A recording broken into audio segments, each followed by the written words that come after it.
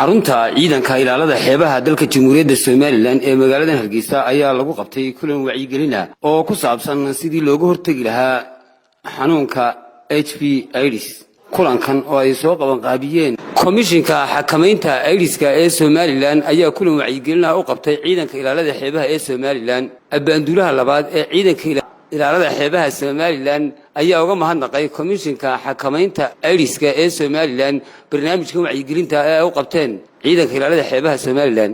komishinka AIDS-ka qaranka oo maanta martiin loogu ah halkan waxa weeyaan inaad aad u dhageysataan waxa ka dawaa cibaadada Ilaahay. waxaana halkaasi ka hadlay madaxa qaybta wacyigelinta. sababtaan ku nimid maanta waxa weeyaan horta marka koowaad inaan qayb idinka ka wacyigelino oo aan warbixin ka siino waxyaabaha xanuunkan HIV-gu yahay sida ay soo sheegeen dhakhaatiirtii dadkii ugu horreeyay hadlay. qodobka labaad idinku inaad ka qayb noqotaan dadka ka wacyi qaba ee ka wacyigelin ummadda kana ah sida yani ka qayb qaadanaya sida looga hortagayo xanuunkan HIV-ga. qodobka saddexaad maadaama ay ciidankii tiin ilaalada xeebaha badda badeedna bad aad u dheer tahay waxaa la rabaa inaad qaybtiina ka qaataan oo aad ka qayb qaataan in xanuunkan fiditaankiisa iyo joojintiisa yani ka qayb qaataan oo ummadeenna la wadaagtaan siyaabaha uu ku fido halkan idinku la wadaagay iyo si looga hortagi lahaa ummadeenna la wadaagtaan. waxaa kaloo isaguna halkaasi ka hadlay Dr. Mustafa Muuse Cigaal oo ka warramay khataraha xanuunkan iyo saameynta uu yeesho. tiimkan wacyigelinta ee ka hadlaya khatarta uu leeyahay xanuunka HIV/AIDS. haddaba muxuu yahay HIV/AIDS? HIV/AIDS waa xanuun uu keeno ilma aragtayga fayraska ah. ilma aragtayga ama jeermis dhaliyayaashu way badan yihiin. xanuunkan ka keenaa waxaa la yidhaha waa virus. fayraskaasi waxa uu ku dhacaa qofka ama waxa weeyaan waa laysu gudbiyaa oo jidhka bini'aadmiga qofka aan qabin buu u gudbaa. haddaba marka uu gudbo xanuunkani dhibaatada ugu weyn oo xanuunkani leeyahay waxa weeyaan isagoo daciifiya difaaca jidhka.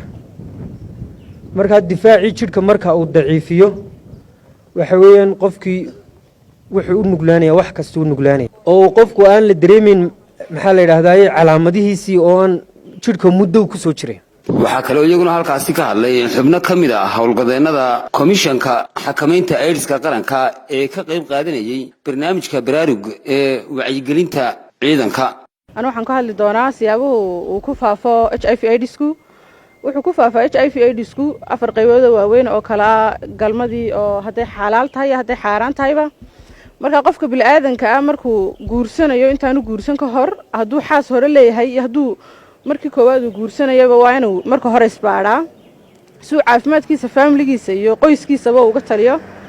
talabaad oo ah hooyada uurka lena waxaa badanka lagula taliyaa inay goobo caafimaad tagto. hooyadu inay aanay ilmaheedu hadday hooyada xanuunkii la nooshahay si aanay hooyadu ilmaheeda ugu gudbinin inay goob caafimaad tagto dawada qaadato.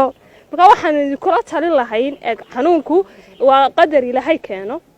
marka qadarka qofku uu ku yimiday inaad soo dhaweysaan inaad ixtiraamtaan ina si gaar ah runtii soo dhaweysaan shaqooyinkiisa iyo sharaftiisa iyo cirdigiisana ilaalisaan ogaataan adigaagan caafimaadka qaba iyo isagu inay simantii